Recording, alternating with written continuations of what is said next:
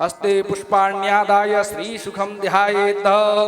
ओम यं प्रव्रजन्तमनुपेतमपेतकृत्यं द्वैपायनो विरह कातर आजुहाव पुत्रेति तन्मयतया तरभो विनेदुस् तं सर्वभूतहृदयं मुनिमानतोऽस्मि। भगवते श्रीसुखाय नमः। सुखदेव जी महाराज की जय। चंदनम चर्चयामि स्नेहेन देहे तव चारुचंद्रो कस्तूरिका कुंकुम संकुलेन पाटीरपंकेन तु निष्कलंके भालस्थले लेपनमाचरामि। भगवते श्रीसुखाय नमः। एतन्नैवेद्यं निवेदयामि। नैवेद्यन्ते आचमनीयं पुनराचमनीयं जलं समर्पयामि। भगवते श्रीसुखाय नमः। हस्ते पुष्पाण्यादाय प्रार्थये। ओम सुखरूप प्रबोधज्ञ सर्वशास्त्र विशारद एतत् कथा प्रकाशेन मदज्ञानं विनाशयः। श्रीसुखाय नमः। ध्याये ध्यानार्थे प्रार्थना प्रभुकानंद कोटि नमस्कारान् समर्पयामि। अनया पूजया भगवान श्री सुख प्रियदान नमः। बोलिए सुखदेव जी महाराज की जय। हाथ में पुष्प अक्षत लेकर के अपने पितरों का स्मरण कर लेंगे। ओम देवताभ्य पितृभ्यश्च महायोगिभ्यैव च नमः स्वाहायै सुधायै नित्यमेव नमो नमः। आप्तबाहो प्रेतात्मने वंशस्थ पितृभ्यो नमः। सकल पूजार्थे गंधाक्षत पुष्पाणि समर्पयामि। हस्तौ प्रक्षाल्य हस्ते पुष्पाणि तुलसी दलान्यादाय श्री भागवतं ध्यायेत्। ओम बर्हापीडाभिरामं मृगमदतिलकं कुण्डलाक्रान्तगण्डं कञ्जाक्षं कम्बुकण्ठं स्मितसुभगमुखं स्वादरेण्यस्तवेणुं श्यामं शान्तं त्रिभंगं रविकरवसनं भूषितं वैजयन्त्या वन्दे वृन्दावनस्थं युवति शतवृतं ब्रह्मगोपालवेशं। श्रीमद्भागवताभिधाय नमो नमः। ध्याये ध्यानार्थे सतुलसी दल पुष्पाणि समर्पयामि। बोलिए भागवत भगवान की जय। चंदनम चर्चयामि स्नेहेन देहे तव चारुचंद्रो कस्तूरिका कुंकुम संकुलेन पाटीरपंकेन तु निष्कलंके भालस्थले लेपनमाचरामि। श्रीमद्भागवताभिधाय नमः। पुष्पं पुष्पमालां च परिधापयामि। श्रीमद्भागवताभिधाय नमो नमः। एक माला और रखा हुआ। ग्रंथोत्तमाय श्रीमद्भागवताभिधाय नमः। पुष्पं पुष्पमालां च परिधापयामि। तुलसी दलानि भगवते श्रीमद्भागवताभिधाय नमो नमः। तुलसी दलानि समर्पयामि। एतन्नैवेद्यं निवेदयामि। नैवेद्यान्ते आचमनीयं पुनराचमनीयं जलं समर्पयामि। हस्ते पुष्पाण्यादाय प्रार्थयेत्। ओम राधा भक्तिर्हरिर्ज्ञानं ताभ्यां या च समन्विता तां श्रीं भागवतीं गाथां युगलरूपिणम्। ओम सत्यज्ञा भगवते श्री राधा गोविंद स्वरूपिणे श्रीमद्भागवताभिधाय नमो नमः। ध्याये ध्यानार्थे प्रार्थना प्रभुकानंद कोटि नमस्कारान् समर्पयामि। अनया पूजया श्रीमद्भागवताभिधा प्रियतां नमः। श्रीमद्व्यास पूजनम्। ओम आपद्घनध्वान्त सहस्रभानव समीहितार्थार्पण कामधेनव अपार संसार समुद्र से तव पुनन्तु मां ब्राह्मण पादपांसवः। व्यासाय नमः। ध्येयं सदा परिभवग्नमविष्टदोहं तीर्थास्पदं शिवविरिञ्चिनुतं शरण्यं भृत्यार्थिहं प्रणतपालभवाब्धिपोतं वन्दे महापुरुषते चरणारविन्दं। श्रीमद्व्यासाय नमः। बोलिए व्यास जी महाराज की जय। आरार्तिक्यम ओम जले ज्वाला स्थले ज्वाला ज्वाला पर्वतमस्तके त्रैलोक्य व्यापिनी ज्वाला ज्वाला देवी नमस्तुते। ओम इदगुं हविः प्रजननं मे अस्तु दशवीरगुं सर्वगणगुं स्वस्ताये। आत्मसनि प्रजासनि पशुसनि लोकसनि अभयसनि अग्निः प्रजां बहुलां मे करोद्वन्नं पयोरेतो अस्मात् सुधत्त। सभी उठ करके खड़े होकर के भागवत जी के आरती में सम्मिलित होंगे भाव से। श्यामा तेरी आरती कन्हैया तेरी आरती सारा संसार करेगा कर जोड़ के। श्यामा तेरी आरती कन्हैया तेरी आरती सारा संसार करेगा हाथ जोड़ के। सिर पर सोहना मुकुट विराजे सिर पर सोहना मुकुट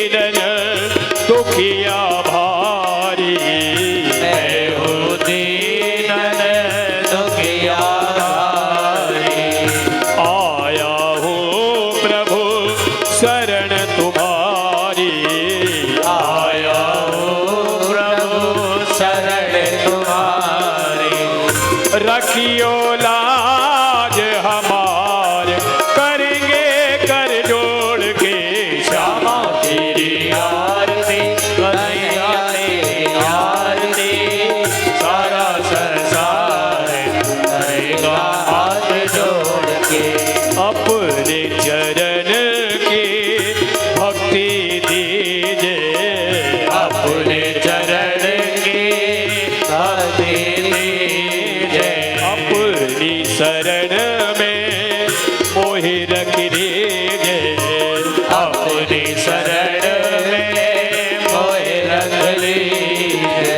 करो भव सागर पार, करेंगे कर जोड़ के श्यामा तेरी आरती, कन्हैया तेरी आरती, सारा संसार करेगा हाथ जोड़ के। प्रेम सहित जो आरती गावे, प्रेम सहित जो आरती गावे, श्री राधा माधव पद पावे, श्री राधा माधव पद पावे। बाढ़े सुयस अपार, करेंगे कर जोड़ के श्यामा तेरी आरती, कन्हैया तेरी आरती, सारा संसार करेगा कर जोड़ के। श्यामा तेरी आरती, कन्हैया तेरी आरती, सारा संसार करेगा कर जोड़ के। ओम द्यौः शान्तिरन्तरिक्षं शान्ति। नमः वक्रतुण्ड महाकाय कोटिसूर्य समप्रभा निर्विघ्नं कुरु मे देव सर्वकार्येषु सर्वदा। ध्येयं सदा परिभवग्नमभीष्टदोः तीर्थास्पदं शिवविरिञ्चनुतं शरणं भृत्यार्थिहं प्रणतपाले भवाब्धिपोतं वन्दे महापुरुषते चरणारविन्दं। योऽन्तः प्रविश्य मम वाचमिमां प्रक्षुब्धां सञ्जीवयति किल शक्तिधरा स्वधामना। अन्यास्य हस्तचरणश्रवणत्वगादे प्राणान्नमो भगवते पुरुषाय तुभ्यम्। वंशी विभूषितकरान्नवनीरदाभा पीताम्बरादिरुणिर्मफलादिदुष्टा सुन्दरमुखा धरविन्दनेत्रा कृष्णात्परं किमपि तत्त्वमहं न जाने। कृष्णत्वदीयपदपङ्कजपञ्जरान्ते अद्यैव मे विशतु मानसराजहंस।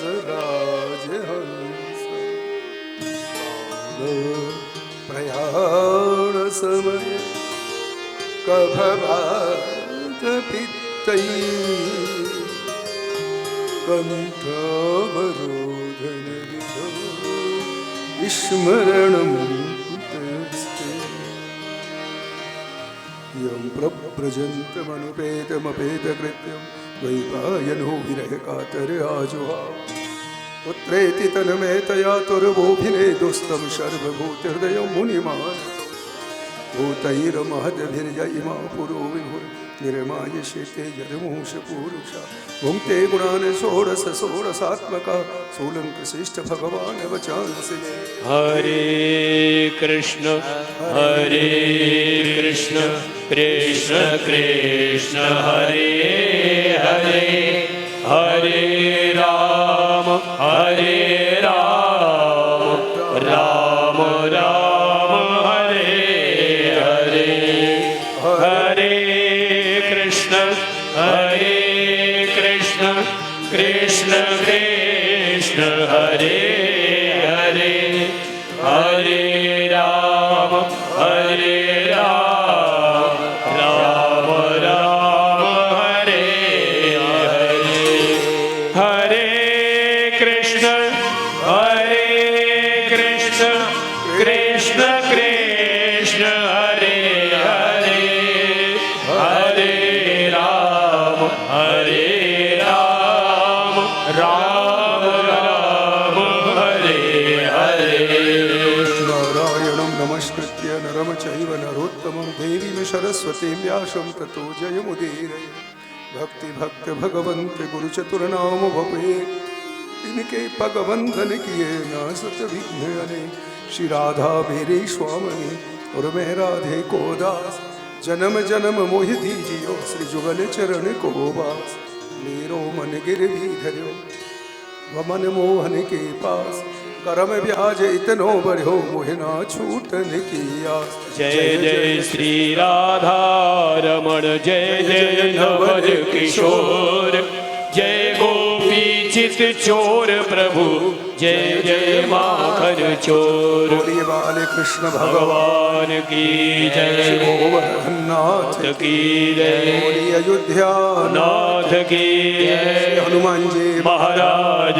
की जय भागवत भगवान की जय सुखदेव जी महाराज की जय शंकर भगवान की जय सदगुरुदेव महाराज की जय बोलिए बांके बिहारी लाल की जय जय जय श्री राम जय जय श्री राम जय जय श्री राधे।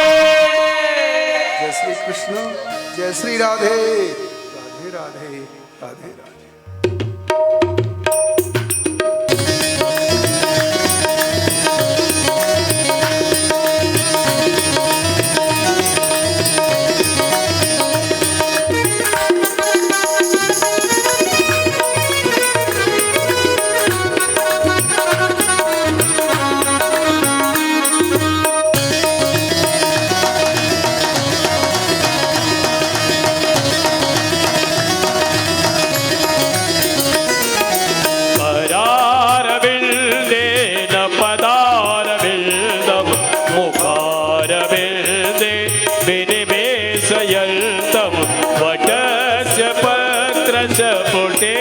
शयानं पादं मुकुन्दं मनसा स्मरामि गाये कृष्ण गोविन्द हरे मुरारे हे नाथ नारायण वासुदेवा। श्री कृष्ण गोविन्द हरे मुरारे हे नाथ नारायण वासुदेव जिह्वे पिब व्रतमेत देव गोविंद दामोदर माधवेति राधे राधे गाइए गोविंद हरे मुरारे हे नाथ नारायण वासुदेवा। विक्रेतु कामाखिल गोप कन्या मुरारी पादार्पित चित्त वृत्ति दध्यादिकं गोविंद दामोदर माधवेति कृष्ण गोविंद हरे राधे मुरारे हे नाथ नारायण वासुदेवा। ग्रहे ग्रहे गोपवधू कदम्बा सर्वे मिलित्वा समवाप्य योगं पुण्यानि नामानि पठन्ति नित्यं गोविंद दामोदर माधवेति कृष्ण गोविंद हरे मुरारे हे नाथ नारायण वासुदेवा। सुखं शयाना निलये निजेति नामानि विष्णु प्रवदन्ति मत्य ते निश्चितं तन्मयता व्रजन्ति गोविंद दामोदर माधवेति कृष्ण गोविंद मुरारे हे नाथ नारायण वासुदेवा। जिह्वे सदैवं भज सुन्दराणि नामानि कृष्णस्य मनोहराणि समस्त भक्तार्ति विनाशनानि गोविंद दामोदर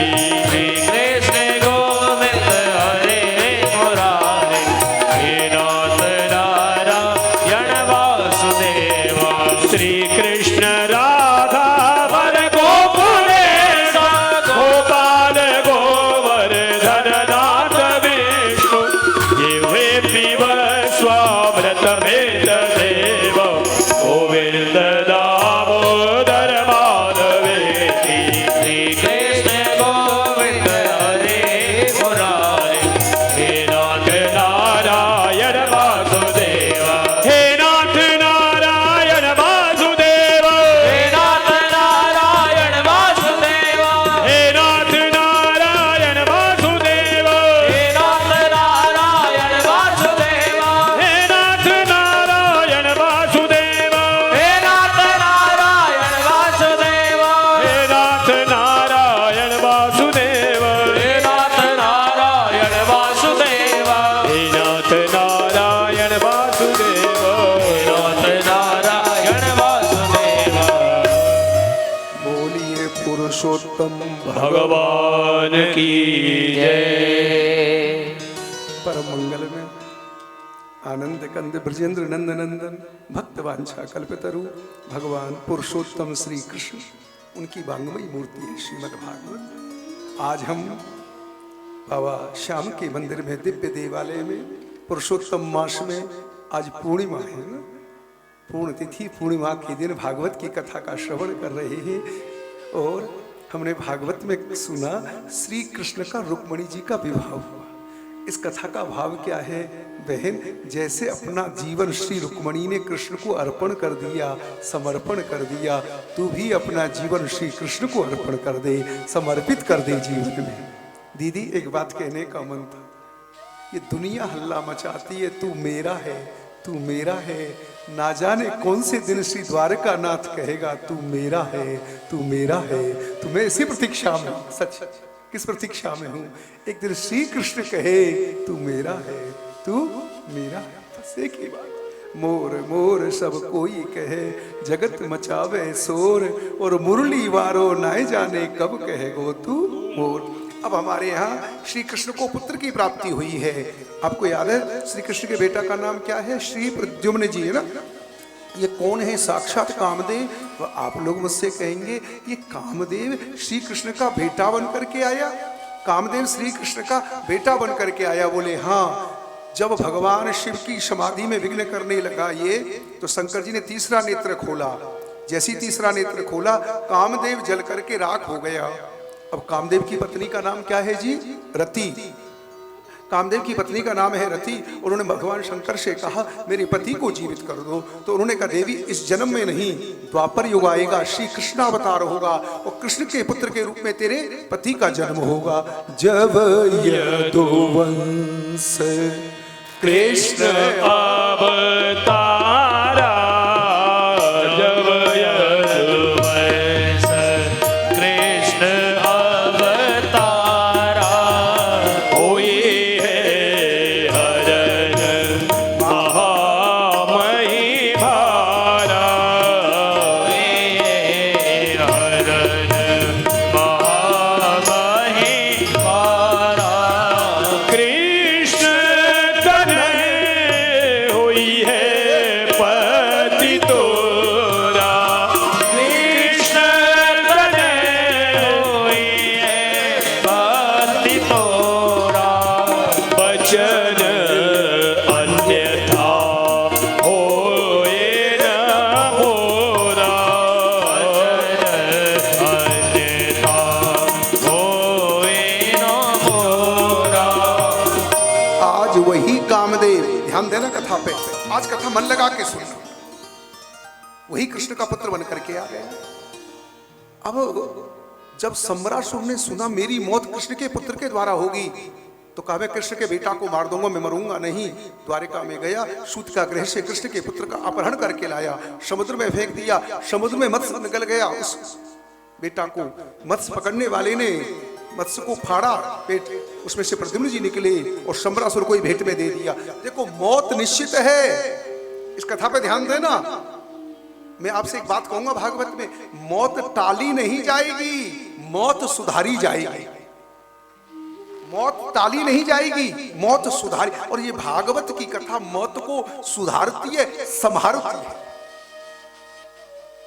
अब क्या हुआ, शंबरासुर को दे दिया। शंबरासुर की रसोई की अध्यक्षा थी पूर्व की रति, वर्तमान में नाम मायावती था। तो वो पति जैसा व्यवहार करने लगी। श्री प्रद्युम्न जी ने कहा आपकी उम्र तो माँ जैसी है मेरी, आपका जो व्यवहार है पत्नी जैसा है। सारी बात बताई। पहले जन्म में आप कामदेव थे, मैं रति या मायावी हरण करके लाया है, बड़ा माया जानता है। मायावती ने महामाया का उपदेश दिया। मायावती महामाया सर्वमाया विनाशिनी। और श्री प्रद्युम्न जी ने शंबरासुर का वध किया। सपत्नी द्वारिका आए हैं। नारद जी ने सारी कथा सुनाई। एक बात बताऊं, भागवत में बहुत सुंदर प्रसंग लिखा है यहाँ।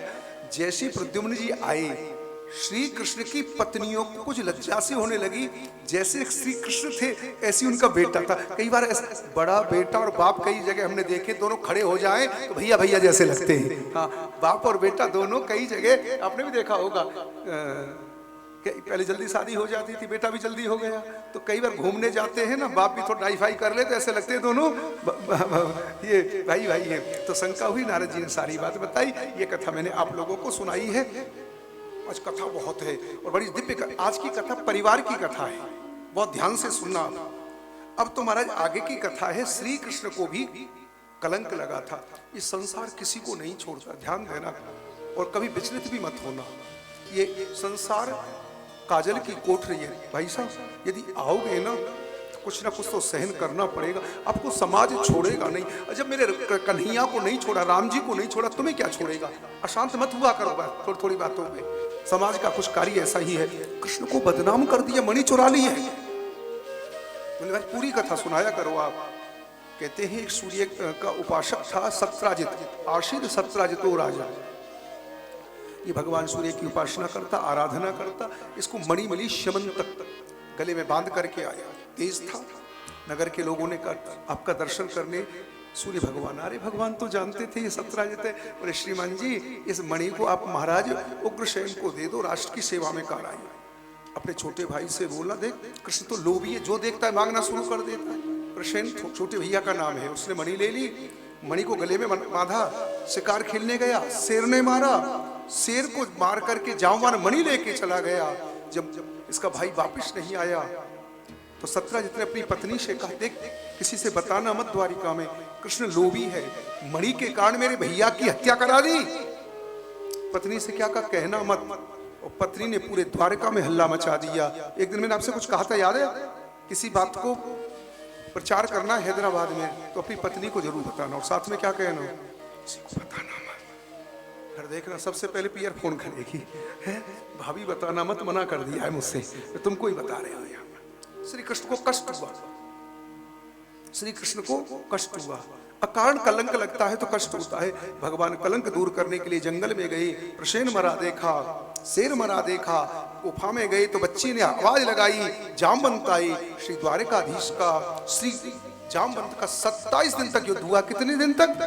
28वें दिन जैसे मुक्का मारा, जामवंत को लगा ये कोई मानव नहीं है, ये तो मेरा माधव है। मुझसे लंका में कोई लड़ने वाला तैयार नहीं हुआ। बोले मैं पहचान गया, जाने तुम सर्वभूता नाम। हे प्रभु मैं आपको पहचान गया हूँ। भगवान बोले देखो, मैंने भादों के महीना में शुक्ल पक्ष में गणेश चौथ के चंद्रमा की परछाई जल में देख ली, मुझे कलंक लग गया है, मणि चोरी का कलंक लगा। कोई याद कथा नहीं है। गणेश जी का बर्थडे कब आता है? गणपति बप्पा है ना। तो उस दिन गणेश जी थोड़ी अच्छी ड्रेस पहन के जा रहे थे, पैर फिसला तो गिर गए। चंद्रमा हंस गए, बोले आज के दिन तुम्हें कोई देखेगा कलंक लग जाएगा, इसलिए मुझे कलंक लग गया है, आप हमको मणि दो, मैं कलंक को दूर करना चाहता हूँ। जामवंत ने कहा कैसी बात करते हो, मणि भी ले जाओ और हमारी बेटी भी ले जाओ। बेटी को भी दिया। जामवती देव कन्याएं, शंका मत करना।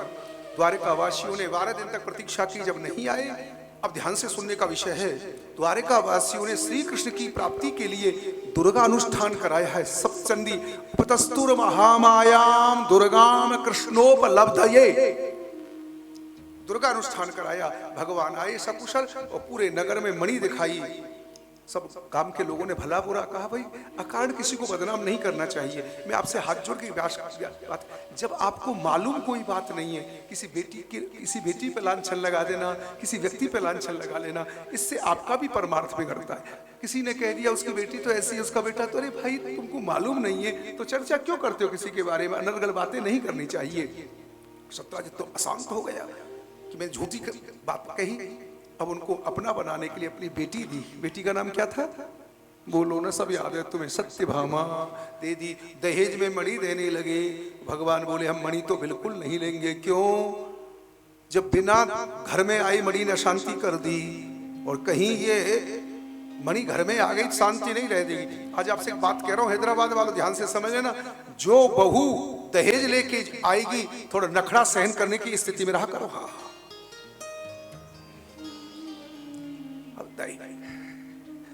एक बात नहीं कहूँ तो मैं किसी के कोलकाता में रईस के घर चला गया, तो गाड़ी मुझे छोड़नी, गाड़ी की बात थी, तो बहू ने अंदर से आवाज दी, गुरुजी को जो मेरी गाड़ी है उसमें भिजवा दो ना, मेरे पियर से जो आई है ना। भाई इतना तो सुनने को तैयार रहना ही चाहिए, नहीं रहना चाहिए। या दहेज लो मत, और ले रहे हो तो थोड़ा सा सहन करा करो, फिर तो कहेगी ना। तो यहाँ भगवान दहेज का विरोध करते हैं, यहाँ पे याद रखना आप लोग।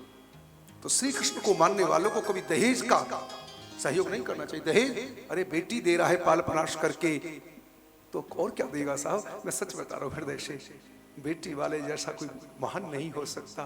तुम्हें बेटी नहीं अपने कलेजे का टुकड़ा दे रहा है साहब। कैसी बातें कर रहे हो? जब तुम कहते हो ना दहेज कम दी या मिठाई कम दी, थोड़ा अभी फल वगैरह, आज भाई तुम सुनो, आज कथा पे बन लगा लो, केवल बहुत कथा है, मैं थोड़ी कथा सुन, और चढ़ाने का काम बाद में करेंगे संजय बाबू। और सबको बैठाल दो, और किसी को रोकना भी मत, जो आए उनको बैठाल दो आराम से। सुनो, बस सबको अब बैठाल देना, किसी को रोकना भी मत, जो आए पीछे की ओर तुरंत बैठ जाए यहाँ पर। आज बहुत सुंदर कथा सुनाऊंगा तुम्हें। हाँ, ये अजय बाबू की माता जी कह रही थी मैंने कथा तो बहुत सुनी, पर अब की बार कुछ अलग लग रही है। तो भागवत तो यही है, जितनी बार सुनोगे ना अलग लगेगी। आज कुछ अलग बात बोलना चाह रहा हूं मैं भागवत। तो मैंने एक तो ये कह रहा हूं, भगवान ने मणि को नहीं लिया, दहेज नहीं लिया, वो जानते थे। क्यों? ये जैसे मणि घर में आएगी, अब यहाँ हानि क्या होती है बताइए? रुक्मणी तो कहेगी मेरे पास रहे, बलराम जी कहेंगे घर में बड़ा मैं हूं मुखिया मेरे पास रहे। कलह हो जाएगा कि नहीं होगा? तो भगवान ने कहा अपने घर रखो इसको, भाई हम जब भले भागे ना दे देना। अब यह सतधन्वा कृतभर्मा अक्रूर ने मंत्रणा की, हमें अपनी बेटी नहीं दी, सतधन्वा सत्यजित का वध कर देता है। श्री कृष्ण बलराम उसको देखने आए, घबरा गया। अक्रूर जी से कहा बचाओगे? नहीं बचा पाऊंगा। मणि उनके पास फेंक के गया। द्वारिका में उपद्रव होने लगा। भगवान अपने चाचा अक्रूर के पास में गए, चाचा जी मैं जानता हूं मणि आपके पास में, मुझे चाहिए भी नहीं, मेरे ससुर जी दे रहे थे, मैं तो खाली ये चाह रहा हूं इस मणि को लेके द्वारका चलो, और हमारे जो बड़े भाई साहब है ना दाऊ जी, उनको दिखा दो। क्यों? हमारे बड़े भाई साहब को मेरे ऊपर अविश्वास है, उनको लग रहा है कि ससुराल की मणि इसने छुपा के रख ली है। ईमानदारी से भागवत में लिखा है, भाई भाई में बोलचाल बंद क्यों होती? एक माँ से आए ही जन्म लेकर ये पैसा ही बोलचाल बंद करा देता है। ये भैया गले से पैसा निकाल लाता है, तुम जानते नहीं। जिस दिन अविश्वास होता है भाई भाई में, उसी दिन पार्टीशन होना शुरू हो जाता है। भागवत में यही लिखा है कि उसके बच्चे तो ज्यादा खर्च करते हैं, वो तो ज्यादा खर्च। ये भागवत का जो शब्द बोल रहा हूं मैं मन से कुछ भागवत नहीं करूंगा। यहाँ भागवत में क्या लिखा है? किंतु ममाग्रज, अग्रज मेरा जो बड़ा भाई है मेरे ऊपर विश्वास नहीं करता।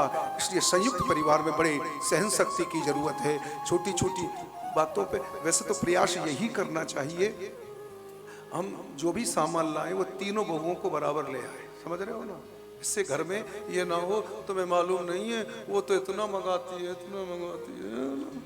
एक चेष्टा यही करना जिससे हमारे परिवार में सामंजस्य बना रहे, विवाद ना हो हमारे परिवार में। तीन बातों से व्यक्ति की पतन की स्थिति होती है, कांचन, कीर्ति और कामनी। ध्यान देना आज की कथा पे, चाहे संत के जीवन में भी देख लेना, चाहे किसी भी हैदराबाद में भी देख लेना, व्यक्ति का पतन हुआ या तो स्त्रियों के चक्कर में पतन हुआ। चाहे कथावाचक हो, चाहे व्यापारी हो, जब वह स्त्रियों की प्रति भाव रखने लगा, स्त्री वंदनीय है, जब उसको भोग्या समझने लगा, तो तो उसके पतन की स्थिति बन गई। ऐसी कांचन कीर्ति और कामनी। मैं एक बात और कह रहा हूँ, शायद हैदराबाद वालों को बुरी लगेगी, ज्यादा फोटो छपाने की स्थिति में मत रहा करो, बस याद रखना। ये फोटो से भी बात बिगड़ती है क्या, यश की कामना से। अब आगे कथा सुना रहा हूं आज आपको। आगे कथा ये है, भगवान कृष्ण एक बार अपनी बुआ से मिलने गए। बुआ रहती है उनकी इंद्रप्रस्थ में। बहुत अद्भुत कथा है भागवत की। भगवान ने बुआ के पैर छुए, बुआ के बाद में उनके जो बड़े बेटा थे युधिष्ठिर, उनके भी पैर छुए, भीम के भी पैर छुए। भगवान संबंधों का बड़ा ध्यान रखते। भगवान द्वारिका नाथ अपने बुआ के बेटों के पैर छूते। क्या सुंदर भाग। मैं जो कथा सुना रहा हूं ना, या क्या लिखा है, युधिष्ठिर से भीमस्य कृत्वा पादाभिवंदनम। मेरा द्वारिका का राजा भीम के पैर छूता है। बड़ों का सम्मान तो कर भाई, हमारा व्यापार ठीक है, हमारे रिश्तेदारी में किसी का व्यापार कमजोर है, पर संबंध में तो बड़ा है हमसे, उसका सम्मान तो हमें करना ही चाहिए। ऐसे थोड़े संबंधों को भूल जाएंगे हम। तो श्री कृष्ण वहां गए। उसके बाद में जमुना के किनारे गए, वहां एक बालिका को देखा, तप कर रही थी। श्री कृष्ण ने अर्जुन से कहा, भैया ये कौन है पूछो। देवी आपका परिचय। बोले मेरे पिताजी का नाम सूर्य देव है, मेरा नाम कालिंदी यमुना है, मैं श्री कृष्ण को पति के रूप में चाहती हूँ। और जैसे ही अर्जुन ने श्री कृष्ण से कहा, ये कन्या आपको चाहती है, श्री कृष्ण बोले द्वारका ले चलो, शादी कर लूंगा। अच्छा एक बताइए, आप राम जी से कोई कहता हैदराबाद में हम आपको चाहते, तो राम जी क्या कहते? और कन्हैया से कोई कहती है तो बोले हम भी चाहते, चलो। यही श्री कृष्ण की लीला में अंतर है। भगवान कृष्ण क्या कहते, चलो। अग्नि को अजीर्ण हो गया, अग्नि को अजीर्ण हो गया तो अर्जुन ने उनको खंडक बन दिया।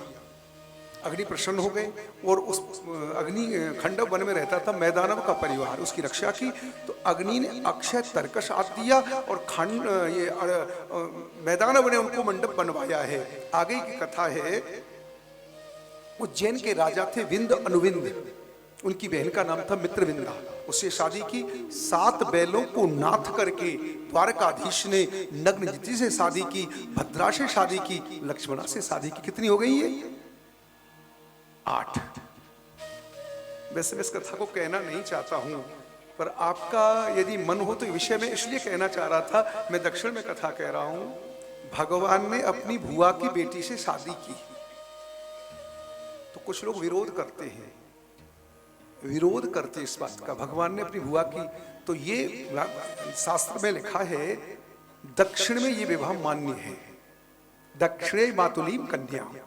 तो जो ये विवाह भगवान ने किया, ये दक्षिण की परंपरा से किया।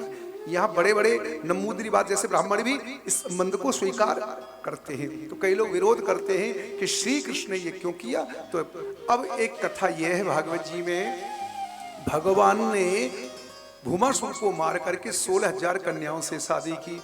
राजा बोला, महाराज जी कुछ कथा समझ में नहीं आ रही है। कितनी शादी की? 16,100। बोले महाराज जी कथा को सुनाओ। एक विलासी राजा है, विलासी कन्याओं का हरण करके ले जा रहा है। अदिति का कुंडल ले गया, वरुण का छत्र ले गया। देवों ने भगवान से प्रार्थना की, हमारी माँ का कुंडल ले गया।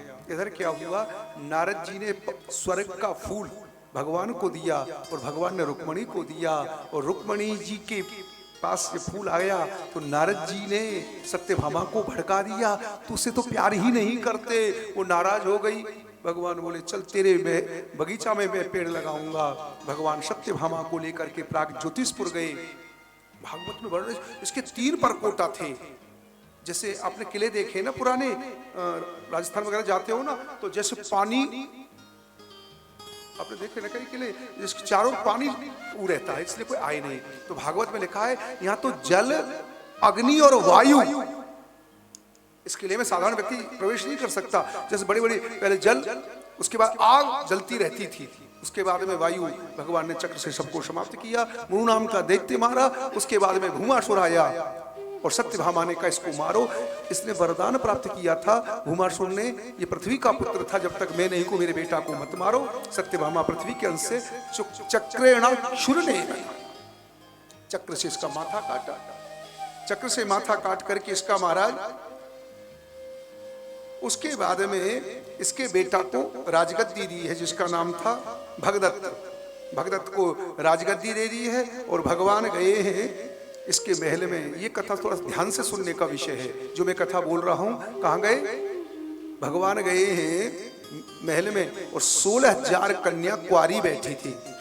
दीदी इस कथा पे ध्यान देना, इस विषय को मैं गंभीरता से बोलना चाह रहा हूं। भगवान ने कहा बेटी अब तुम जा सकती हो देवी हो। तो रोने लगी, हम कहाँ जाएंगी? ये भारतीय समाज की बड़ी विडंबना है। कोई एक बार लड़की कहीं चली गई तो लोग अच्छे परिवार के स्वीकार नहीं कर सकते। भगवान ने कहा घबराओ मत, मैं ले जाऊंगा, तुम्हें सम्मान दूंगा, इस हलाहल जहर को मैं पीऊंगा, मैं तुम्हें पत्नी बना करके रखूंगा, समाज में सम्मान मैं दूंगा तुम्हें, चलो मेरे साथ। अद्भुत कथा है। भगवान ने वरुण का छत्र दिया, अदिति का कुंडल दिया, इंद्र का दर्प किया और भगवान ने 16,108 कन्याओं से शादी की। अब आप लोग कहेंगे भाग्यनगर हैदराबाद वाले महाराज कथा समझ में नहीं आती है। बिल्कुल यहाँ एक घरवाली नहीं संभल रही है। कैसे व्यास गद्दी पे बैठ के तरीका से कथा किया करो।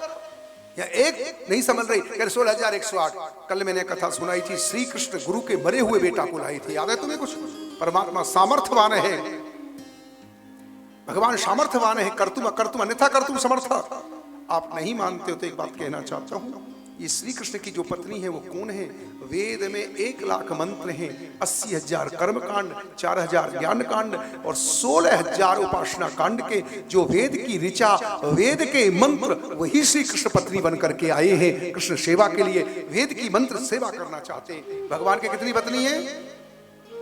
मैंने कहा ना आपसे कथा ध्यान से सुननी है। 16,100 गीता में 8 प्रकृति बताई है, भूमि रापो नलो वायु खम मनो बुद्धि रेवचा, वही 8 प्रकृति है।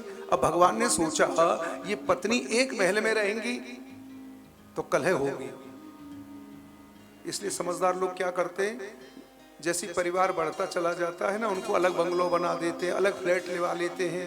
अब आप समझते नहीं हो। अब भाइयों में किसी बात को लेकर सुबह ही तो मैंने नाश्ता बनाया, अब दोपहर का भी खाना मैं ही बनाऊंगा, ऐसा जोड़े हो तो समझदार लोग क्या करते हैं ना, जैसे परिवार बढ़ने लग जाता है ना, भागवत में लिखा, मैंने कहा आज व्यवहार की कथा बताऊंगा आज आपको। तो भगवान ने क्या किया, 16,108 पत्नियों के लिए 16,108 महल बना दिए। ध्यान से सुनना, कितने महल थे? 16,108 महल, और हर महल की काम करने वाली दासी शता। सुखदेव जी कहते हे राजा, एक महल में 100 नौकरानी थी। दीदी भाई जी माता जी समझ रही हो, भगवान अपनी पत्नियों का बड़ा सम्मान करते थे। अब भागवत में क्या लिखा है, पान लगाने वाली स्पेशल अलग थी, हाँ, श्रृंगार करने वाली अलग थी, झाड़ू देने वाली अलग थी। पर हैदराबाद की बहन इस कथा को ध्यान से सुनना, जिसके घर में 100 नौकरानी रहेंगी, क्या कोई काम करेगी वो?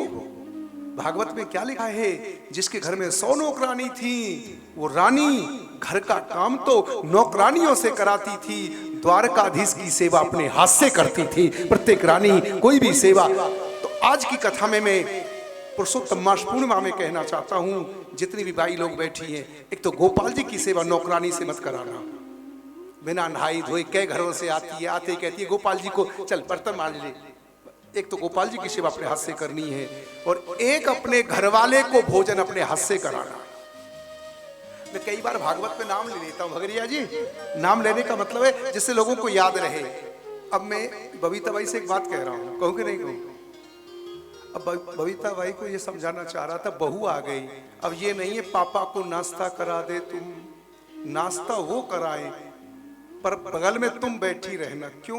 बहू तो जिद नहीं कर सकती है, और ले लो, तुम बगल में बैठ करके कहना और खा लो ना। अच्छा, कई बार क्या शुगर है तो मीठा खाना शुरू कर देता, पतरी हाथ पकड़ती रहने दो। सुन रही हो नहीं? अब नियम बना लेना, ये नहीं है बहू से कह दिया पापा को खिला देना, वहां बैठ करके थोड़ा गरम गरम खा लो ना। अब कई बार पति कहते नहीं हो गया। अब माता जी आप तो जिद कर सकती हो बाबू से, खाओ ना और खाओ ना फल दिन भर, और बहू क्या करेगी, एक दो बार कहेगी पापा ले लो, नहीं तो भागवत में क्या लिखा है, अपने पति को भोजन अपने हाथ से कराना। कम से कम बहू ला रही है तो वह बैठ गई, ले लो ना। तो कभी घी कम है, घी कम दो, तो ये कौन ध्यान रखती है? पत्नी। अच्छा, पत्नी से तो कह भी सकते हो क्या, बहू के सामने थोड़ा संकोच लगता है, ठीक है अच्छा नहीं भी लग रहा है ना, तो ठीक है ठीक है। और एक बात और कहनी थी भाई जी आज आपसे, जब पति भोजन की टेबल पे बैठे तो कभी घर की चर्चा मत करना। आपकी मम्मी ऐसे बोल रही थी, आपके छोटे भाई की पत्नी ऐसे बोल रही थी, क्यों भोजन के समय जब तुम ऐसी चर्चा करती हो तो पति को क्रोध आने लग जाता है और क्रोध में भोजन पॉइजन बन जाता है। बस आपसे हाथ जोड़ के विनती यही है, जो कहना है भोजन के बाद कहना। और आपकी तो आदत है जब भोजन करने बैठेंगे ना तभी पूरी चर्चा शुरू कर दो। आप तो नहीं करते, और जगह की बात बता रहा था, है ना। दासीशता। एक दो बात मुझे कहनी थी भागवत में आज पुरुषोत्तम मास में। एक तो गोपाल जी की सेवा अपने हाथ से करनी है, और 100 काम छोड़ देना। ये फोन छोड़ देना। पति जब भोजन करने बैठे, क्योंकि पत्नी ही पति से जबरदस्ती कर सकती है भोजन में। और ईमानदारी से व्यासगारी से कहता हूं, भोजन तो जीवन में दो ही करा सकती है, या तो माँ करा सकती है या पत्नी करा सकती है, या 7 स्टार में चले जाओ, कहीं भी चले जाओ। जो संतुष्टि माँ के हाथ से खा करके होती है, क्या कहती है भैया, बेटा खा लेना, बहुत कमजोर हो गया है तो खा लेना। तो चाय मिर्च और रोटी दे रही है, पर देखना भाई साहब, माँ जब खा लेना, बहुत माड़ा हो गया है, खा लेना, या तो माँ खिलाती और या अधिकार से पत्नी खिलाती है, खाओ ना।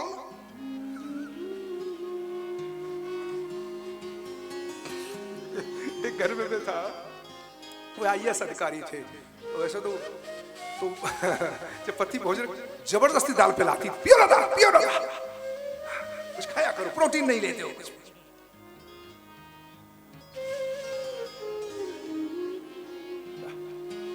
और आगे कथा सुना रहा हूं आज आपको, बड़ी अद्भुत कथा है।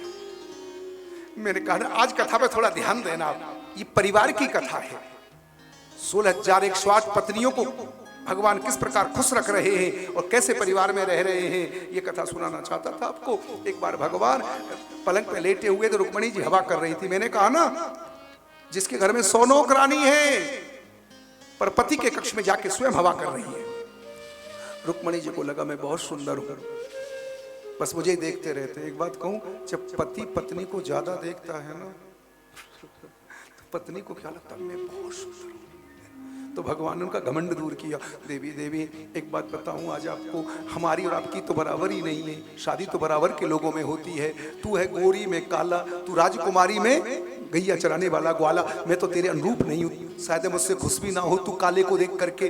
तू चाहे तो किसी और के साथ चली जा। ऐसे कहा ठाकुर ने।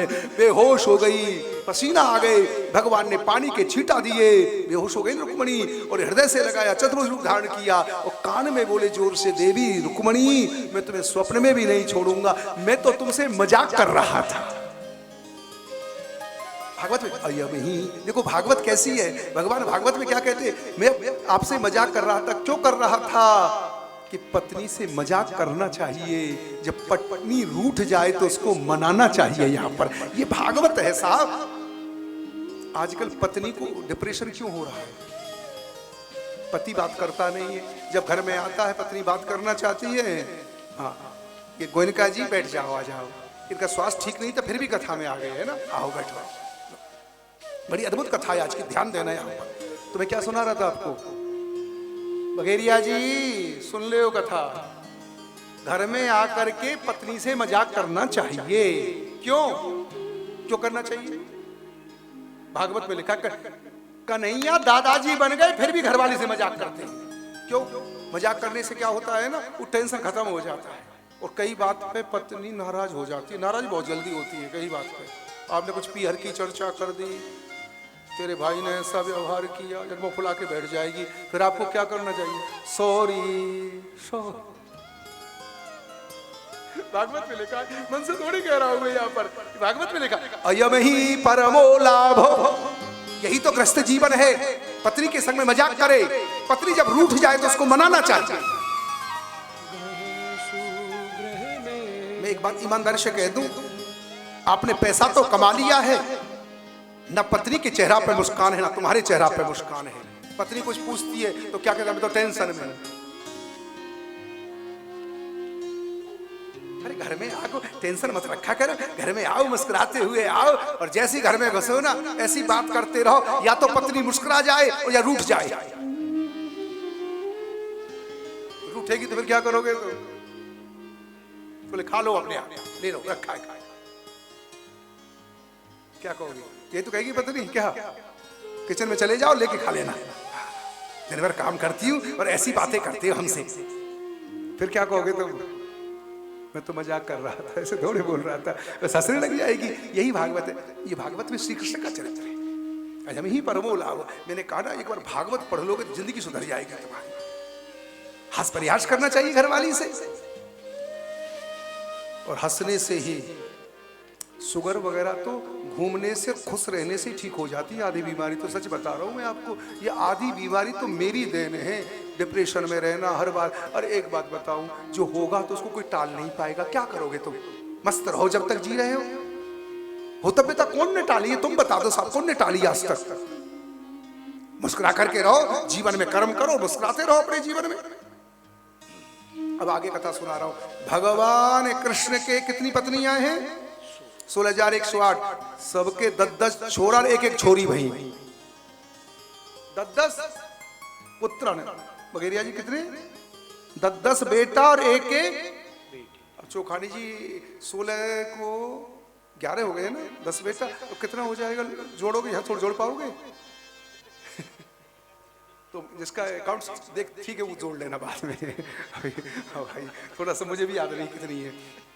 अच्छा, आप मुझसे इस बात को जरूर पूछोगे आज, इस कथा को भागवत में आप क्यों कहना चाहते हो? आजकल हमारे समाज में बच्चा नहीं चाहते लोग। मैं रईसों के घर जाता हूँ, कई बच्चों की ऐसी ना समझ हो गई, बच्चा का क्या करना है? फिर भी एक बच्चा हो गया तो क्या करना? रे भाई साहब, पड़ोसी के 15, तुम्हारे एक होना है, कहाँ भगाएंगे तुम्हें ये लोग?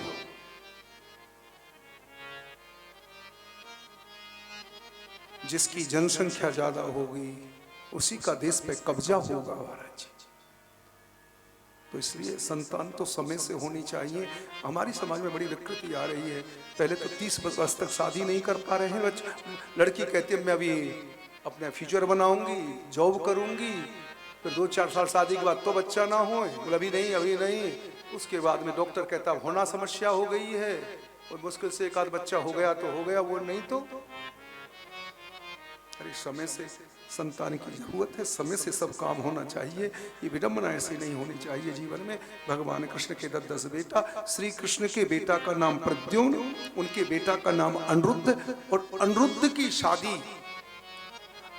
शादी ये बाणासुर की बेटी उषा से हुई है। और इस विवाह में श्री द्वारिकाधीश का और श्री शंकर जी का घमासान युद्ध हुआ है। राजा ने कहा महाराज जी कथा सुनाओ, आप कैसी अजीब कथा करते हो, क्या शंकर जी का कृष्ण का युद्ध हुआ है? बोले हाँ, कभी मौका लगेगा तो आपको सुनाऊंगा। हनुमान का और राम जी का युद्ध हुआ है, राम और हनुमान जी का युद्ध हुआ है। ये उन वाले सुनाओ। बोले कहते हैं भागवत जी में ये बाणासुर राजा बलि का बेटा शिव जी का बड़ा भक्त है। शिव की कृपा से इसको 1000 भुजा मिल गई। एक बार हजारों भुजाओं में वाद्य लेकर के शिव मंदिर में शिव तांडव कर रहा है। आइए शिव जी की स्तुति सुना रहा हूं आपको। ये बाणासुर जाता है शिव मंदिर में और शिव तांडव करने लगा है। यहाँ पर जटाटवी गलज्वल प्रवाह पावित स्थले कलेवलंब्य लंब्यता भुजंग तुंग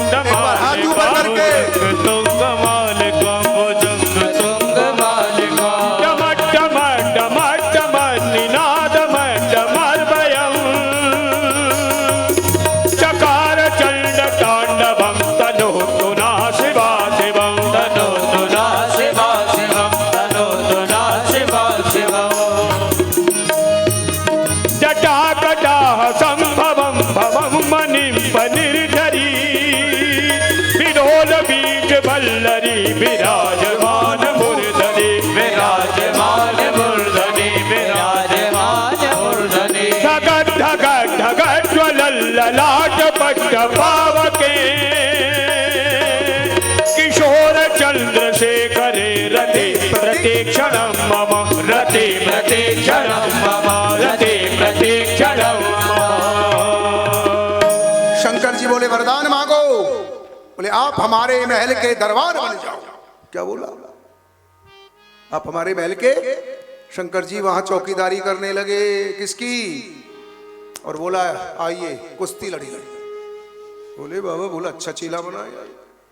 क्या कहता? कुश्ती लड़ू? बोले खुजली बहुत है। सुन रहे हो? ज्यादा खुजली है। बोले तुम्हारे दरवाजे पे ध्वजा टांक रहा हूं, जिस दिन ध्वजा गिर जाए तुम्हारी भुजा काटने वाला आ जाएगा। इसकी बेटी का नाम उषा है, ध्यान से सुनना कथा।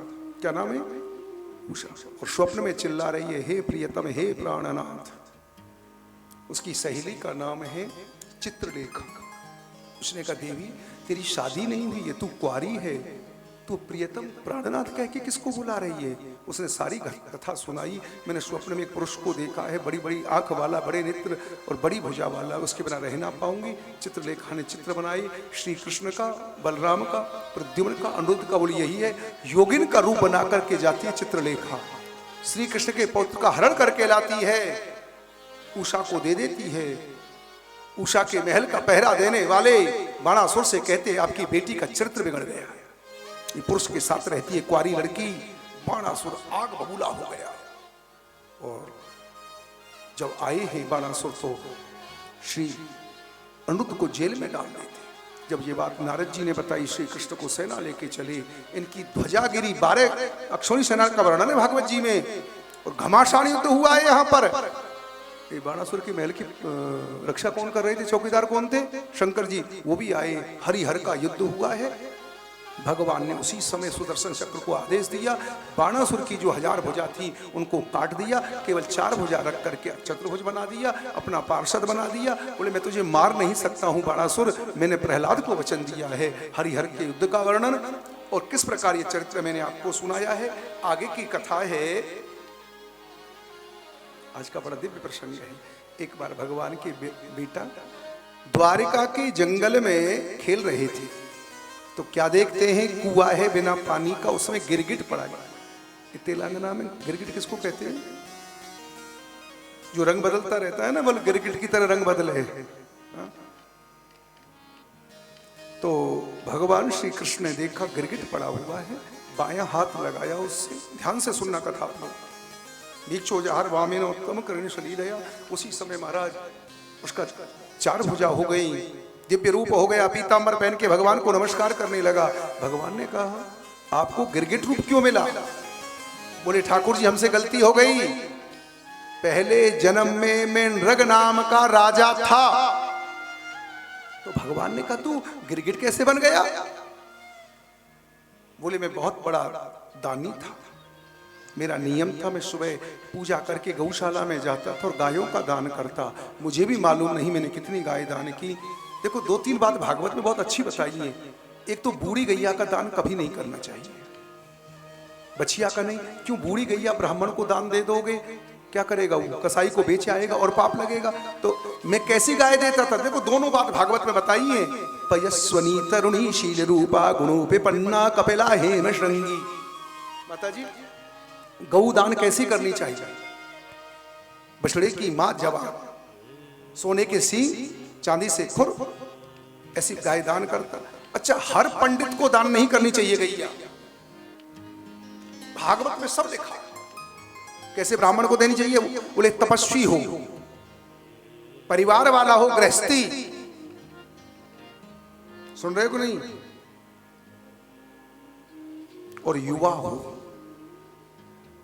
अब आप लोग मुझसे जरूर क्वेश्चन करोगे, भाई हमारे पुरोहित जी तो बूढ़े हैं और आप कहते हो जवान पंडित जी को दान देनी चाहिए। तो हम समझ नहीं पा रहे हैं भागवत हमारे। इसका अर्थ युवा से क्या होगा? आप समझ गए?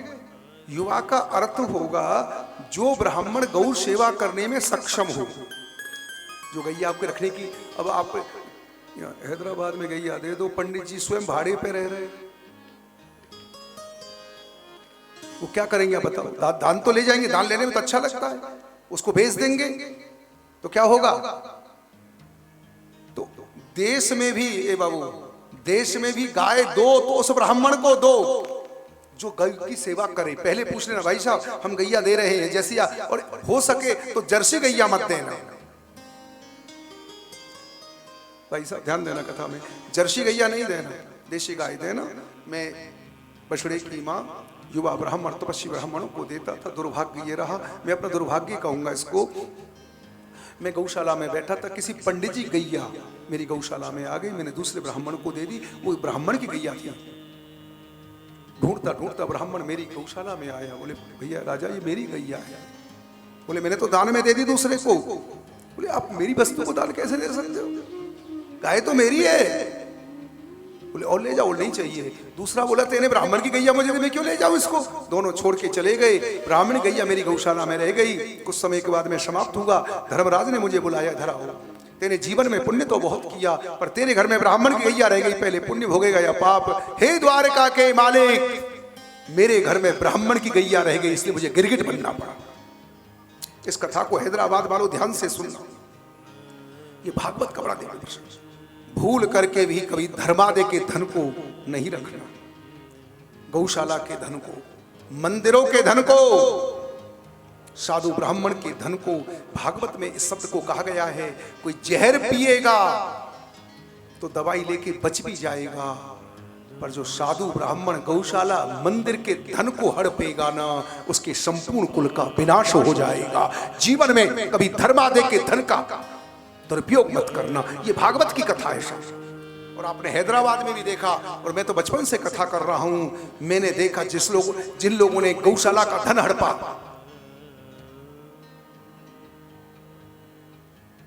माँ बाप ने गौशाला के लिए जमीन दान दे दी, मंदिरों के लिए। तो देश में देखना बच्चे पोते केस लड़ रहे, अब जमीन महंगी हो गई। अरे भाई तेरा दादाजी दान दे गया इसको मंदिर को, तेरे दादाजी दान दे गए इसको गौशाला को, तेरा अधिकार क्या है इस पे। अच्छा पहले क्या होता था, दान दे दिया, बाबा आपने दे दिया, अब क्या लिखा पढ़ी करवाई भाई हमने दान। अब कथा समझ में आ रही कि नहीं आ रही आप लोगों के में। धर्मादे के धन को कभी अपने जीवन में, मुझे चर्चा तो बहुत करनी थी आप लोगों से।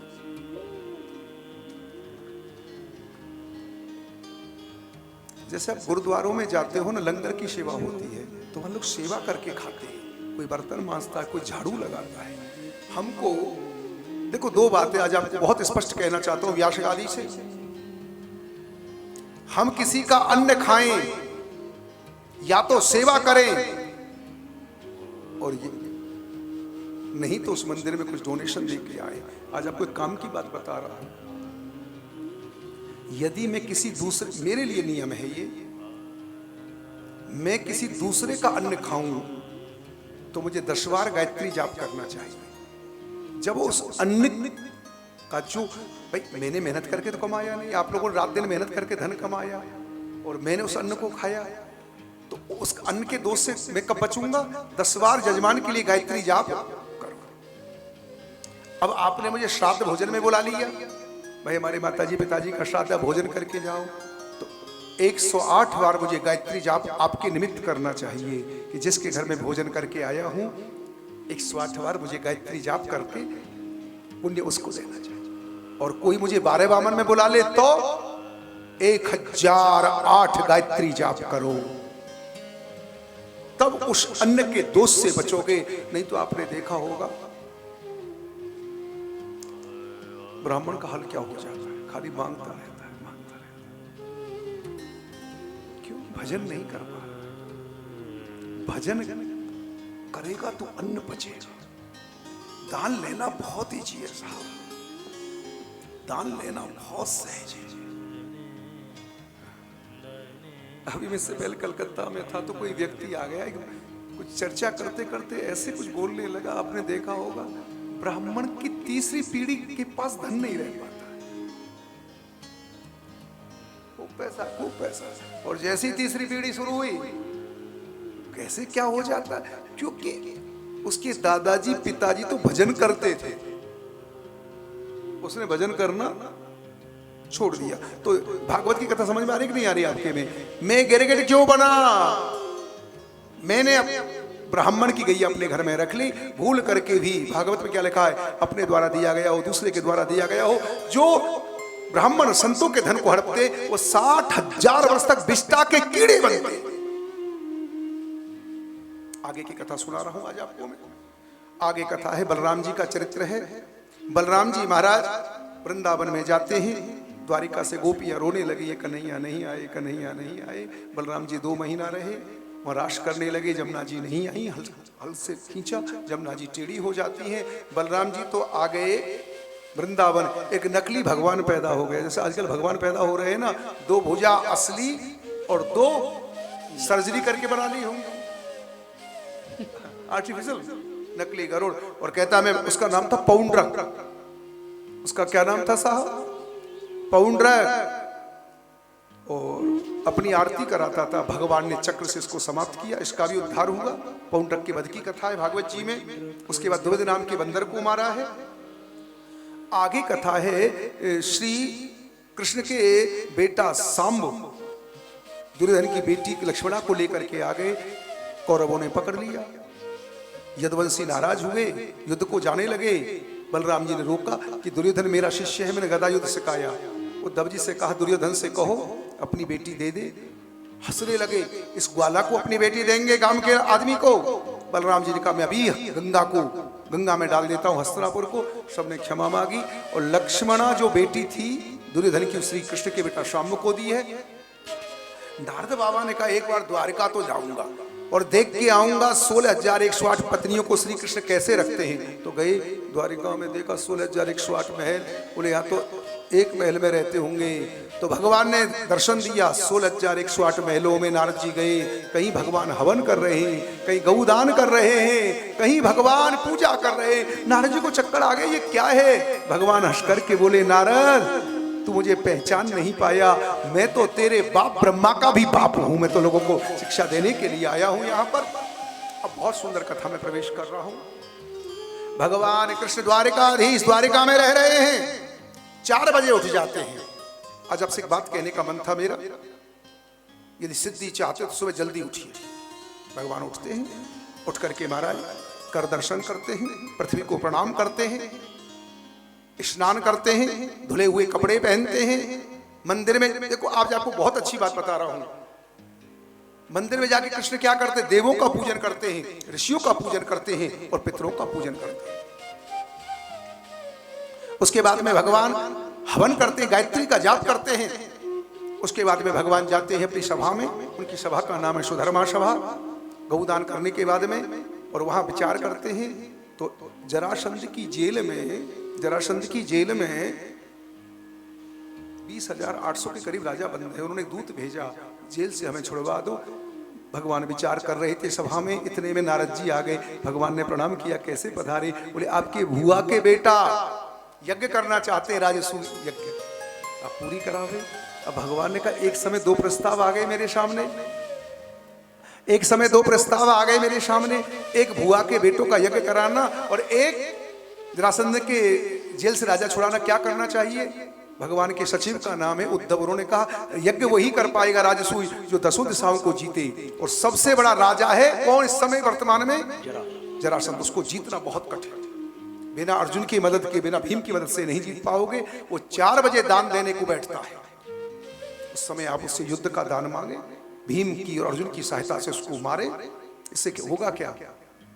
राजा के जेल में जो बंद राजा है वो छूट जाएंगे और राजसूय यज्ञ निर्विघ्न हो जाएगा। भगवान अपने परिवार को लेके भुआ के घर गए और युधिष्ठिर ने कहा हमने सब जीत लिए, केवल जरासंध नहीं जीता गया। भगवान 4 बजे सुबह पहुंचे, ब्राह्मण का वेश बना के भीम और अर्जुन को लेकर के। राजा हमने आपका बहुत नाम सुना है जरासंध, आपके यहाँ से कोई खाली हाथ नहीं जाता। हम जो मांगेंगे सो मिलेगा। बोले हमें अस्त्र भी मांगोगे तो हम देंगे। बोले हमें युद्ध का दान दो। क्या दान दो हमको? बोले पंडित जी होके लड़ोगे? बोले हम तो नकली ब्राह्मण हैं, ये अर्जुन भीम और मैं इनके मामा का बेटा कृष्ण। बोले मैं भीम से लड़ूंगा। 27 दिन तक युद्ध हुआ भागवत में। इसको धर्म युद्ध कहते हैं साहब। दिन में लड़ना, रात में बात करना। 28 दिन भगवान ने तिनका लेके चीर दिया। ये बृहदबल का बेटा था, जरा ने इसको जीवित किया। 2 भाग थे इसके।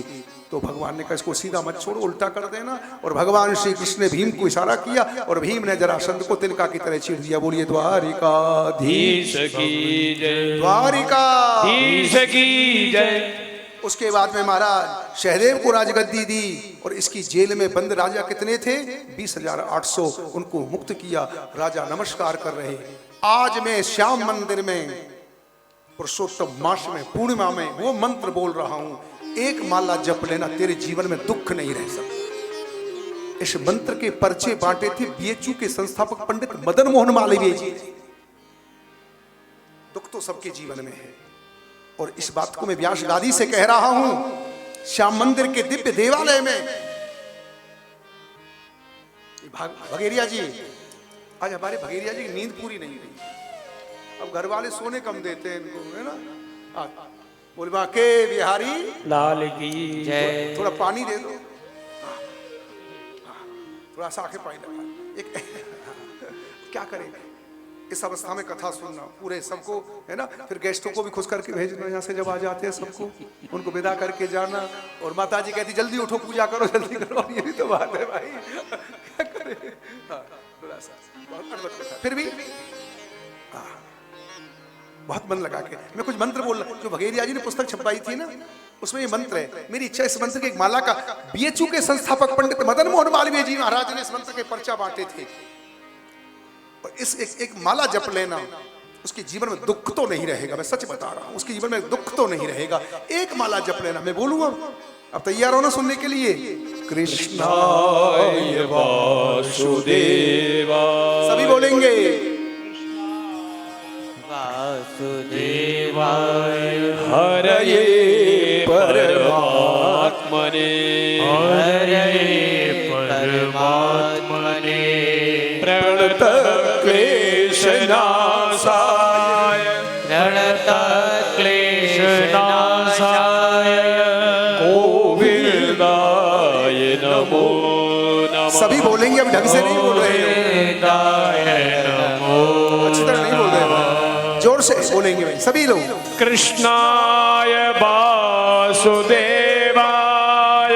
कृष्णाय वासुदेवाय, हरये परमात्मने, हरये परमात्मने, प्रणत क्लेशनाशाय, प्रणत क्लेशनाशाय, गोविंदाय नमो नमः, गोविंदाय नमो। कृष्णाय वासुदेवाय हरे परमात्मने प्रणत क्लेशनाशाय गोविंदाय नमो नमः। भगवान ने राजाओं को मुक्त कर दिया और कहा जीवन में अहंकार मत करना। देखो हैदराबाद वालों, बार बार भागवत में एक बात कही जा रही है, दो काम करना, अहंकार मत करो, व्यापार करो और कृष्ण का भजन करते रहो। भागवत में यही बार बार समझा रहे, व्यापार भी करो, फैक्ट्री भी चलाओ, श्री कृष्ण का काम करते रहो, नाम जपते रहो। यही सूत्र याद रखना, गृहस्थियों के लिए यही करना है। आपको व्यापार नहीं छोड़ना है, बिल्कुल नहीं छोड़ना। जब व्यापार करोगे तभी तो भागवत कराओगे, तभी तो दान दोगे, अन्नदान तभी तो कर पाओगे। व्यापार बिल्कुल नहीं छोड़ना है। और ये व्यापार नहीं है, कर्मयोग है। इसको गीता में कर्मयोग कहा है। कुछ लोग कहते हैं बच्चों से गीता मत पढ़ना, बाबा जी बन जाओगे, झूठ बोलते हैं वो लोग। गीता तो तुम्हें कर्मयोगी बनाती है। अर्जुन जब कहता है मैं भीख मांग के खाऊंगा, युद्ध नहीं करूंगा, श्री कृष्ण डांट के कहते हैं तू क्षत्रिय, तेरा कर्म लड़ना है, तू बनिया है, तेरा काम व्यापार करना है। पंडितों की तरह दान थोड़े मांगेगा तू बनिया है, व्यापार कर।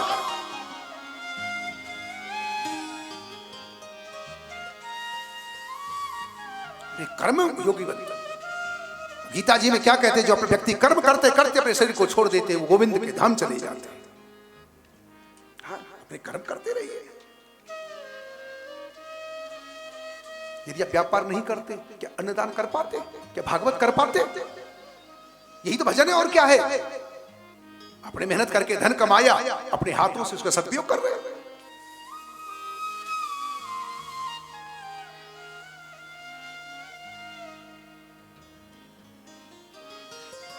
अब महाराज यज्ञ आरंभ होने वाला है। सबसे पहले प्रस्ताव आया, सभापति किसको बनाया जाए, अग्र पूजा किसकी हो, श्याम मंदिर का प्रेसिडेंट किसको बनाया जाए। अब प्रस्ताव आ गया साहब, तो सहदेव ने कह दिया श्री कृष्ण को, किसको? शिशुपाल गाली देने लगा, पढ़े बिना पढ़े लिखे को ना, क्या एजुकेशन इसकी, भैया चलाने वाला, काम का रहने वाला है? इसकी एजुकेशन में देखने चाहिए, इसको प्रेसिडेंट बनाओगे, इसको अध्यक्ष बनाओगे, इसको है? बहुत गाली दिए भागवत में। गोपाला कुल पांशना, भागवत में कहते हैं जो संत बैठे थे उन कानों में उंगली देती, जो अपने कानों से भगवान की निंदा सुनते वो नरक में जाते। इसलिए जब निंदा हो रही हो, और मेरा एक विचार है आज आपसे कहना चाहता हूं, जिस जगह सत्संग में श्री कृष्ण की, राम की, शिव की निंदा हो रही हो, ऐसे सत्संग में आजकल सत्संग के नाम पर कुछ लोग अलग अलग सत्संग करने लगे।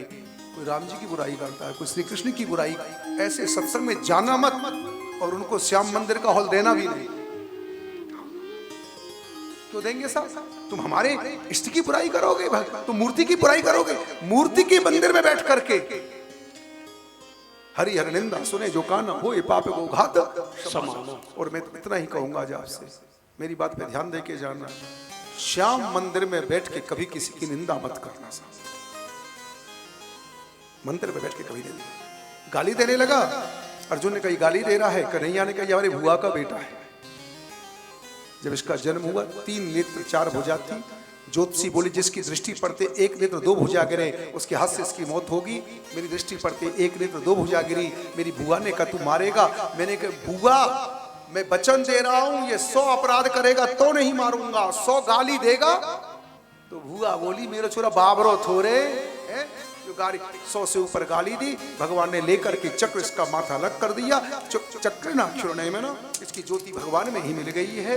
ये मैंने शिशुपाल के वध का प्रसंग सुनाया। इसके बाद में यज्ञांतस्नान, यज्ञ बड़ा संपन्न हो जाता है। सभी लोग बड़े प्रसन्न होकर के गए। एक व्यक्ति अशांत होकर गया। जिस श्याम मंदिर में हमने ये पुरुषोत्तम मास में भागवत की सभी खुश है, कोई नाराज भी है? एक व्यक्ति है साहब,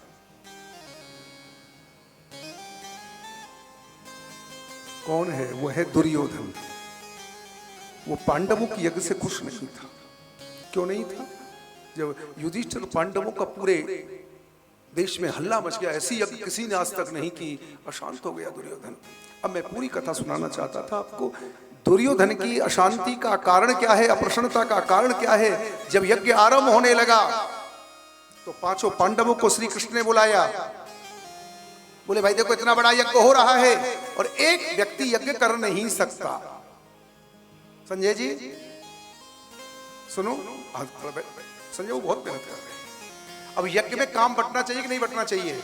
भागवत हो रही है, वही प्रसाद बनवाएगा, वही पूजा करेगा, बैठो। तो यज्ञ कैसे होगा? तो श्री कृष्ण का सब भाई काम बांटे। भाई साहब सब भाई कौन कौन क्या क्या काम करेगा? चाहिए बताइए। आज भागवत का 7वां दिन है। आपकी दृष्टि में सबसे बड़ा काम क्या है? अन्नदान। इतने गेस्ट आए, श्याम मंदिर में भक्त आएंगे कथा सुनने के लिए, सबको भोजन मिले, भोजन कम ना पड़े, स्वादिष्ट बने, ये व्यवस्था एक भाई के हाथ में रहनी चाहिए। किस भाई के हाथ में रखोगे? बोलो ना। बोले भाई हमारा, श्री कृष्ण बोले मेरे विचार से तो भीम को दे दो इस जिम्मेदारी को। किसी ने कहा क्यों दे दे? बोले खाने पीने का शौकिया है, खूब खिलाएगा, और जो शुगर का मरीज होगा वो क्या खिलाएगा किसी को भाई साहब। इसलिए भोजन की जिम्मेदारी किसको देनी चाहिए? खाने पीने का शौकिया हो और ढंग से बनाए। तो यज्ञ में सबसे बड़ा अन्नदान का ही महत्व है। यज्ञ में क्या, हमारे यज्ञ में जो आवे वो कथा से भी तृप्त होके जावे और भूखा न चला जावे। व्यवस्था किसको दे दी है? भीम दादा को। जब भाइयों को काम बांटा, ध्यान से सुनना कैसे यज्ञ हुआ यहाँ निर्विघ्न। इसके बाद में पैसा किसके पास रहेगा? बाबू पैसा किसके पास? दुर्योधन के पास में। बोले इसके पास मत रखो, जरूरत पंडित जी कहेंगे दक्षिणा चढ़ाओ, जरूरत है 10 रुपए की, ये 1000 रुपए चढ़ाएगा जिससे कम पड़ जाए। बोले इसके हाथ में धनवर्धनी रेखा है, 1000 चढ़ाएगा 10,000 आ जाएंगे। पूजा की तैयारी कौन करेगा? सहदेव। भाइयों के काम बांट दिए, पूजा की तैयारी तो करना है। जैसी पूजा, भाई पूजा इतना बड़ा यज्ञ हो रहा है, नकुल क्या करेगा? धन इकट्ठा करेगा। सब भाई लुटाने लग गए तो कोई इकट्ठा भी कर, कलेक्शन भी तो करता रहे। इतना पैसा खर्च होगा तो नकुल क्या करेगा? धन इकट्ठा करेगा। अब आ गया जब हमारे अतिथि भोजन करेंगे, सब पे भोजन आया कि नहीं आया, इस जिम्मेदारी को हमारी बहू निभाएंगी और इनकी मुखिया रहेगी द्रौपदी। क्या सुंदर भाव है। बहुओं का धर्म क्या है? बहुत सुंदर बात है। यज्ञ में से कोई भूखा ना चला जाए, ये भागवत में लिखा है। द्रुपद जा, बहुओं की एक ही बात है, खाली हमारे पीहर वाले ना सब खा के जाते हैं। ये थोड़े वो हमारे ही गेस्ट, जितने हैं सब हमारे हैं। यज्ञ में जो आया है वो हमारा है। कोई भागवत में लिखा है। यही तो मैं कहता हूँ, बहुओं का यही धर्म है साहब। कोई भूखा ना जाए, हाथ जोड़ करके थोड़ा एक रसगुल्ला तो खा जाओ ना, आए पानी तो पी जाओ ना, ऐसे क्यों जा रहे? परिवेशन द्रुपद जा, ये भागवत की विशेषता है। ये तो सब काम हो जाएंगे। अब यज्ञ में दान कौन देगा? मेरी बात ध्यान से सुनना। द्वारकाधीश बोला तुम में कलेजा नहीं है, पांचों में दान तो कर्ण ही दे पाएगा तुम्हारे।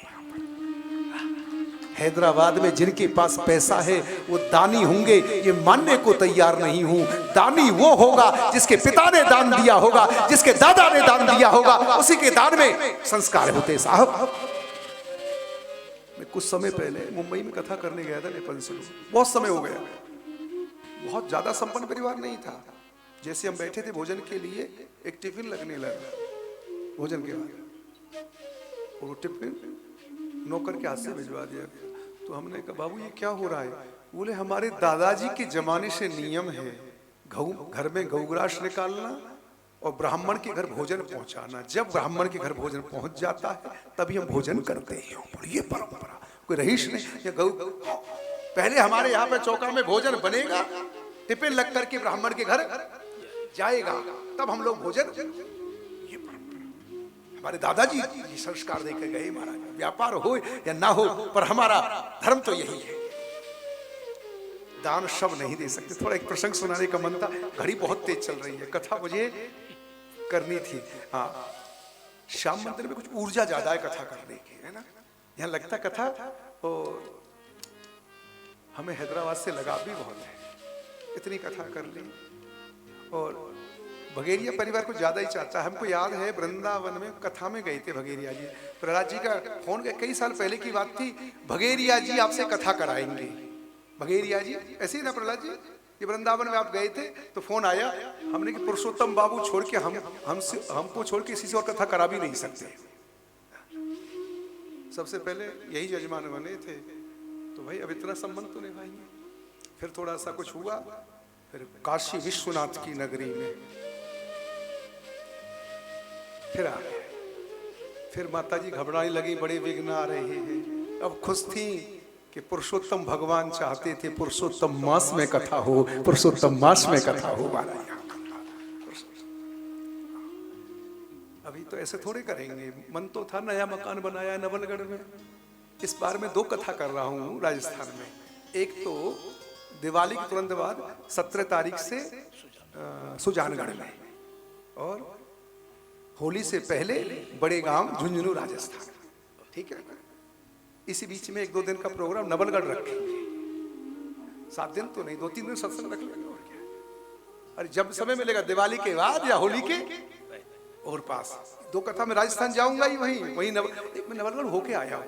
सर चिड़ावा कथा करने गया था मैं, तब नवलगढ़ गया था मैं। तो राजस्थान से हमको भी बहुत लगा है, और दोनों समय बहुत अच्छे राजस्थान के। दिवाली के बाद में भी खाने पीने का खूब, चूरमा खाओ, बाटी खाओ, और होली का समय भी तो नवलगढ़ भी 7 दिन नहीं तो 1-2 दिन कथा सत्संग रख लेंगे, कोई विषय। हाँ चलेंगे नवलगढ़। ठीक है, यजमान को ढीला नहीं छोड़ना चाहिए, और ले जाएगा पकड़ करके। कुछ ना कुछ करते थे। और ये भगेरिया परिवार का बहुत लगाव है सर। हमको याद है पहले भी आपके घर ही रहे थे, कथा करने के बाद आपके घर ही चले गए थे। अभी भी अजय बाबू को फोन आया, कथा के बाद मेरे ही घर हो गए, ऐसा थोड़े होगा, अभी विदा करके रहेंगे। तो ये विषय मैंने इसलिए चला दिया था कि दान सब नहीं दे पाएंगे। मैंने देखा एक कथा कराने के बाद लोग कहते हो गई साहब कथा, बहुत हमने सुनी। ये हमसे इंद्रकर्ण जी भी कह रहे थे, मेरे पिताजी ने बहुत कथा कराई, अब मेरा भी तो धर्म है। जो पिता यज्ञ कर रहे थे, मेरे बता दे बहुत कथा कराई मेरे पिताजी ने। अब इनके मन में ऐसी श्याम मंदिर में कथा सुनी, बोले मैंने कथा तो बहुत सुनी, पर आपको देख करके लगा मैं बड़े गांव में कथा कराऊं झुंझुनू में। मेरे पिता का जो संकल्प चल रहा है उसको एक बार आरंभ कर देता हूं यहाँ पर। मेरे पिता का जो संकल्प था, इनके पिताजी ने बड़े बड़े विद्वानों से कथा सुनी, भागवत के अच्छे विद्वान थे, श्री कृष्ण शंकर शास्त्री गुजरात के, उन्होंने भागवत में टीका लिखी, मैंने उनकी कथा सुनी थी। इनके पिताजी ने उनसे कथा कराई, भागवत के बहुत बड़े विद्वान थे। हाँ, तो अब इनकी भी कथा है। कल कह रहे थे खूब अन्नदान करेंगे, खूब मस्ती से कथा कराएंगे, और हमारी उषा बाई ने सुन लिया 108 कथा करवा रहे, 108 पंडितों को बुला रहे। तो अब होगा तो 108 भी हो जाएगी। मैंने 108 भागवत की है वहाँ बड़े गांव में गौशाला में, जैसे यहाँ की ना मैंने हैदराबाद में 108, ऐसे 108 भागवत मैंने बड़े गांव में भी की थी, झुंझुनू में गौशाला की।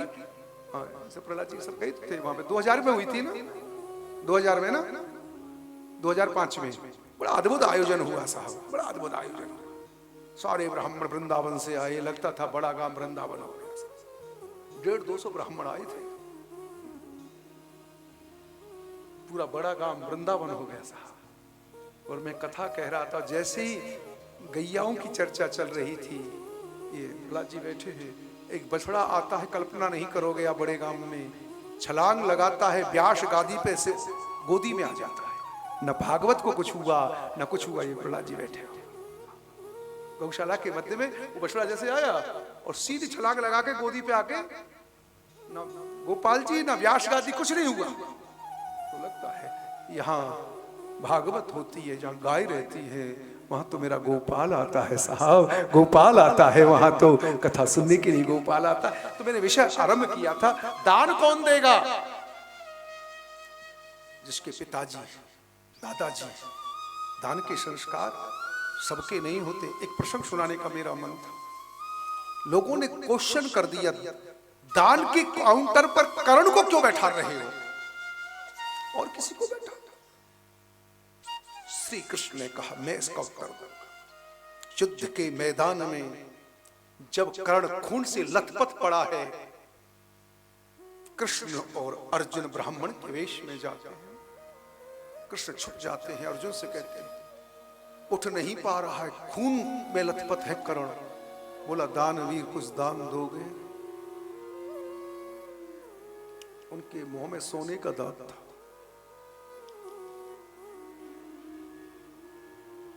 जैसे जैसे गया पत्थर लिया, तोड़ने लगा। बोले झूठा दान देगा तू मुझे? बोले भाई थोड़ा धनुष बाण दे ना। बोले कैसा दानी है, मैं धनुष ला के दूं तो? जैसे तैसे धनुष बाण लिया। जब अंतिम श्वास ले रहा था, जैसे धनुष और बाण लिया, धरती में बाण मारा, गंगा प्रकट हुई और वो दांत सोने का धोकर के देने लगा। द्वारकाधीश प्रकट हो गया। मरते मरते भी अतिथि को खाली हाथ नहीं जाने दे रहा है। इसको दानी कहते हैं साहब, इसको दानी कहते हैं। मरते मरते भी अतिथि को दान दे रहा है।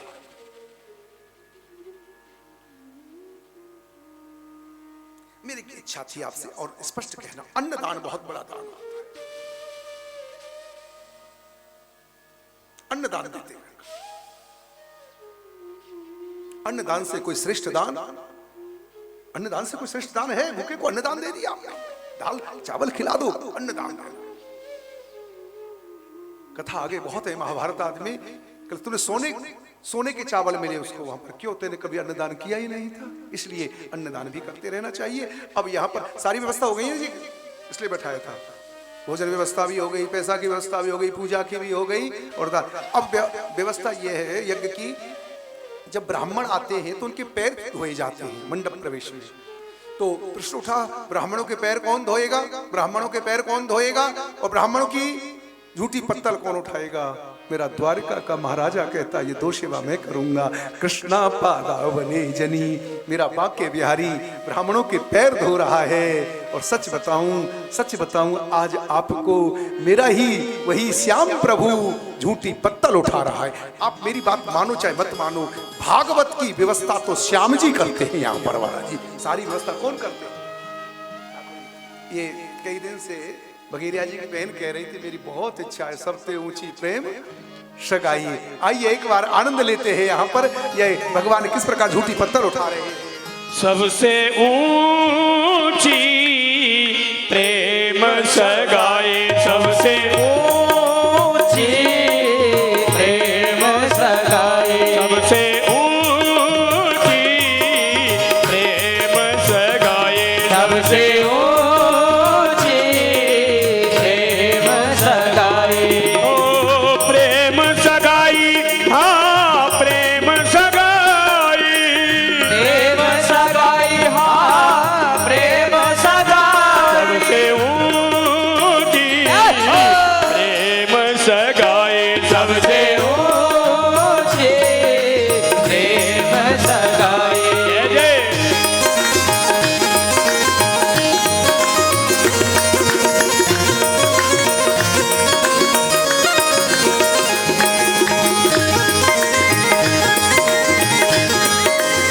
राधे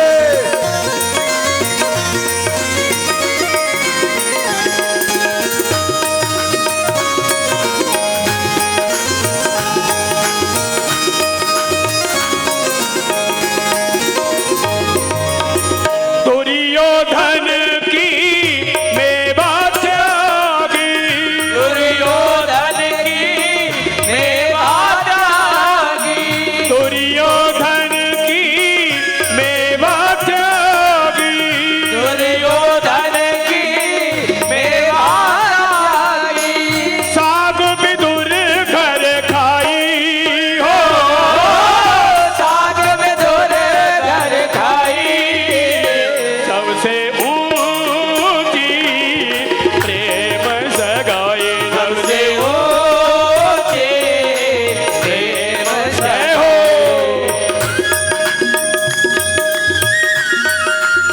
द्वारिकाधीश की जय हो।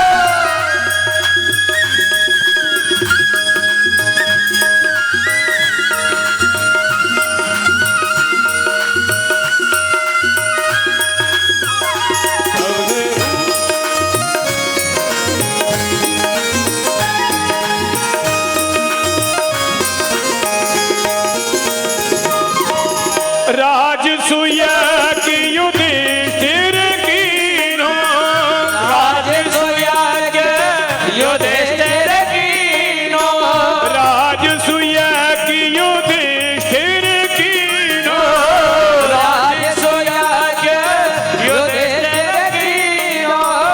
तामे झूठ उठाई हो, तामे झूठ उठाई, सबसे ऊंची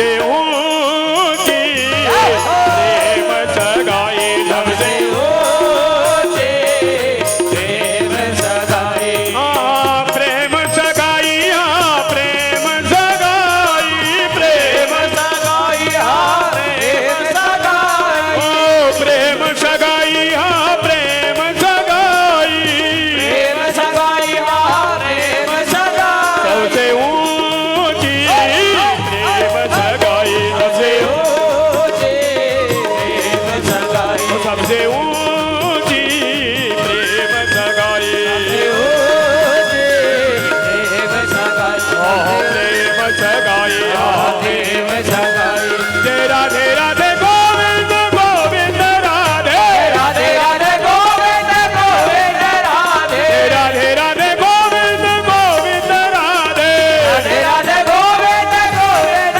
राधे गोविंद राधे गोपाल राधे गोविंद राधे गोपाल राधे गोविंद राधे गोपाल राधे गोविंद राधे गोपाल राधे राधे राधे गोविंद गोविंद राधे राधे राधे गोविंद गोविंद राधे राधे राधे गोविंद गोविंद राधे राधे राधे गोविंद गोविंद राधे जय गोविंद राधे गोविंद राधे गोविंद राधे गोविंद राधे गोविंद राधे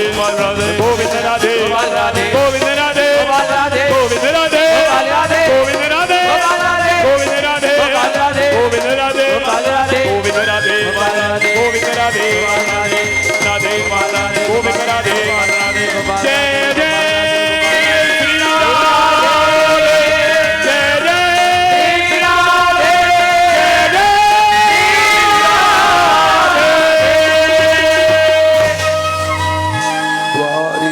द्वारिकाधीश की जय। भगवान कृष्ण झूठी पत्तल उठा रहे हैं, पैर धो रहे हैं। एक बताइए, जिस यज्ञ की व्यवस्था श्री कृष्ण करेंगे कोई कमी रहेगी? बोलो ना। यज्ञ निर्विघ्न हो गया। दुर्योधन को यही टेंशन, दीदी इनके पास इतना पैसा कहां से आ गया, इतने फूल लगवा रहे रोज, इनके पास इतना पैसा कहां से आ गया? दुर्योधन यही टेंशन में परेशान। कुछ लोग दान करके खुश होते, कुछ लोग देख करके टेंशन में आ जाते। इनके पास पता कहां से? दुर्योधन वहीं ठहर गया और ये गया सभा मंडप में। जल की जगह थल, थल की जगह जल, और थल समझ के पानी में गिर गया। द्रौपदी बोली, अंधे को बेटा तो अंधा ही होगा और कहा होगा। यही उसकी प्रसन्नता का कारण, यही महाभारत का कारण।